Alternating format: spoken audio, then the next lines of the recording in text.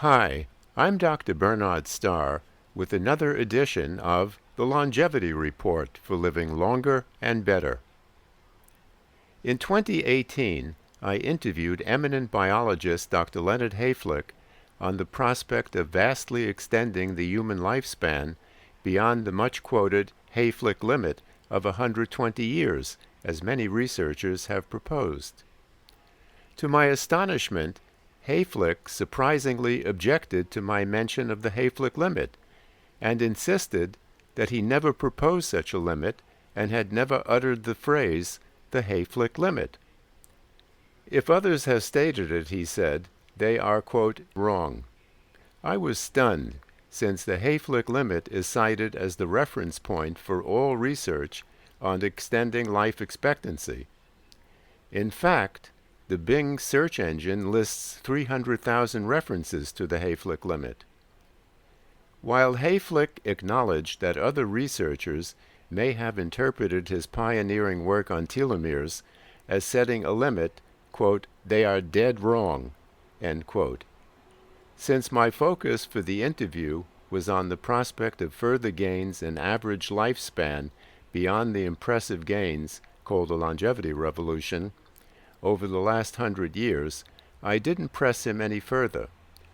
However, when I read the obituary on his death at age 96 on August 1, 2024, I recalled my interview with him and decided that the scientific community should be informed about his denial of the Hayflick limit and his exposition of what he actually said in his original research paper.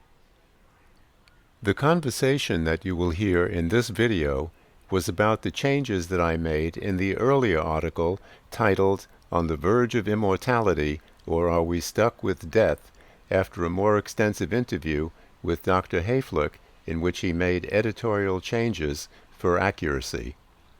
The print version of that article was published at the Huffington Post and a video version on YouTube. Here is the portion of that recorded interview for this presentation of Leonard Hayflick, I never said there is a Hayflick limit for human lifespan. Eminent biomedical researcher Leonard Hayflick died on August 1, 2024, at age 96. He was best known for his pioneering research on telomeres, the piece of DNA that diminishes when normal cells replicate. He determined that the telomere disappears after about 50 replications of normal human embryonic cells, resulting in cell senescence and death. 50 replications occur over a maximum of about 120 years. This phenomenon came to be known as the Hayflick limit for human lifespans. Hayflick was an outlier who relentlessly criticized aging research which emphasized treating and curing diseases while investing little in basic molecular and cellular research. He insisted that common factors at the molecular and cellular levels underlying diseases associated with aging could provide answers leading to the cure of all age-related diseases, including Alzheimer's. In 2018, I interviewed Dr. Hayflick for an article titled On the Verge of Immortality, or Are We Stuck with Death? In that interview, he passionately exclaimed, "Why in the hell aren't we studying the fundamental biology of aging if that is the major risk factor for age-associated diseases? Why are we ignoring it almost 100%? When I praised him for his discovery of the Hayflick limit, he fired back, quote, I never said that, end quote. I was stunned. By then, the Hayflick limit was well known in scientific circles. Was its creator denying it now? Almost every researcher proposing to extend human lifespan begins with the question, is it possible to exceed the Hayflick limit? After gathering my thoughts, I asked him why there isn't a Hayflick limit since the telomere vanishes after 50 replications. Doesn't that imply a limit to human lifespan? I asked. Here is the portion of my recorded interview with Dr. Leonard Hayflick on his denial of a Hayflick limit.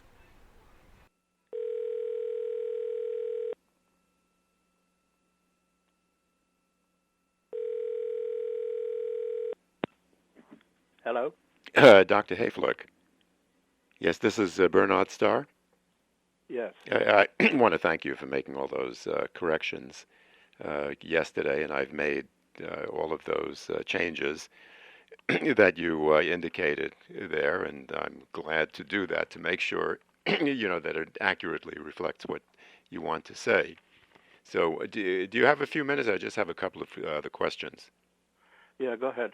Okay, so I changed the from cells to fetal cells, as you indicated, and Well, there's an additional required word. yeah, and I changed from No. birth to at birth. No. Let's go back to your first sentence, please. The very first, you mean at the beginning of the piece, the first? No, what you just said so rapidly I couldn't answer. Oh, no, what I had here was Leonard Hayflick revealed that normal human cells replicate a limited number of times, in contrast to cancer cells, which are immortal, and you made the comment it should be human fetal cells. Yes. Not just cells. So I added that. I put that in. And several other things, rather than from birth, at birth, as you suggested. From at birth? I don't have it in front of me. The dramatic If increase you give me in... a chance, I'll bring it up. Oh, okay. Oh, well, okay. Well, let's deal with the first thing, because that's the most serious one. There, and I don't know how to handle this. There are hundreds, as you well know, maybe more articles about you that talk about the Hayflick limit setting longevity at approximately that lifespan at about 120 years. No, that's absolutely spurious.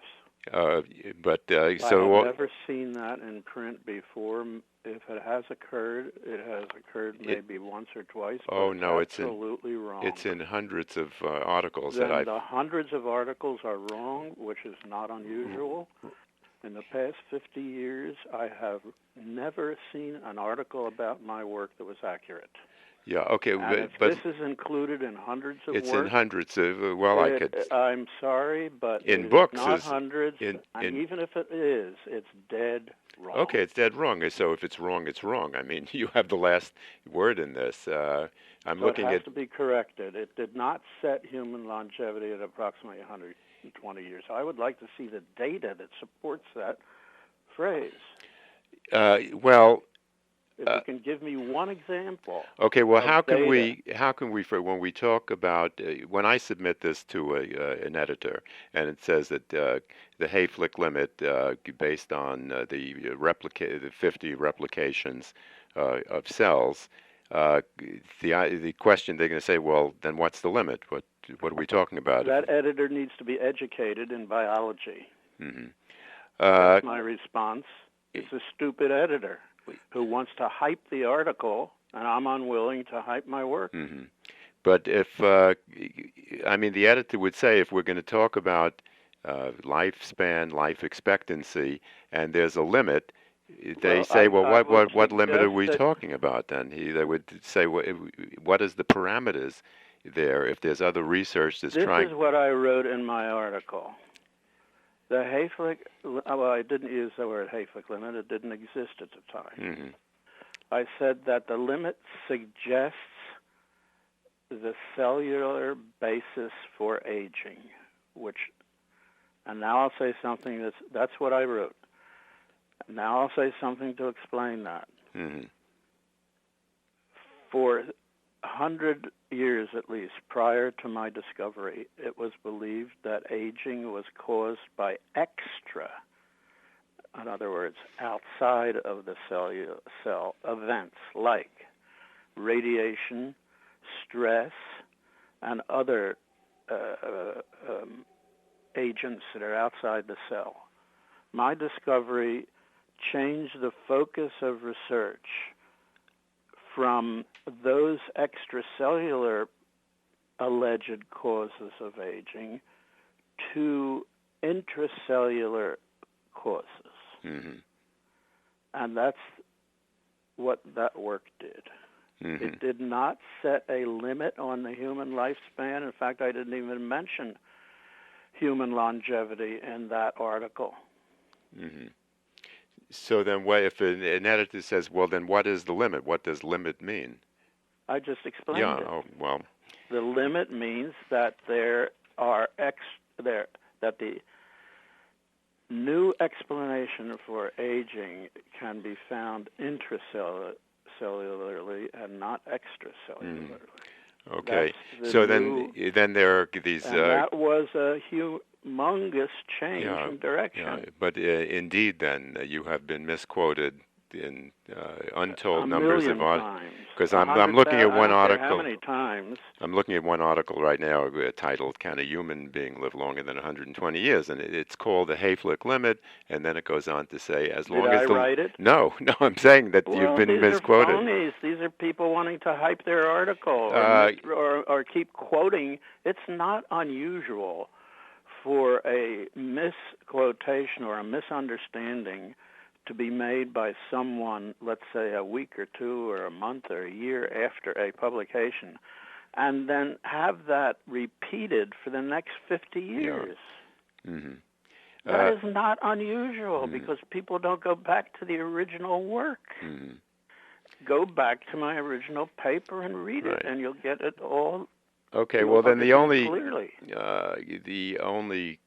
thing that can be said then is that that based on the 50 replications of cells or fetal cells, that many people, researchers, have interpreted this to mean. So that that's what they're saying. It's not what you're saying.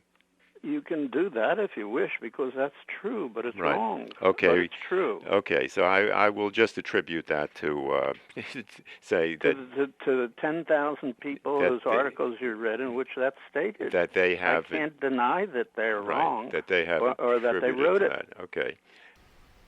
Now you have heard in his own voice Dr. Leonard Hayflick denying that he ever said there is a Hayflick limit of 120 years to human lifespan. This leaves us with a conundrum. Where do we go from here? Is there a limit to human longevity? Does the answer to that question rest with unlocking, as Leonard Hayflick insisted, the mystery of why cells age?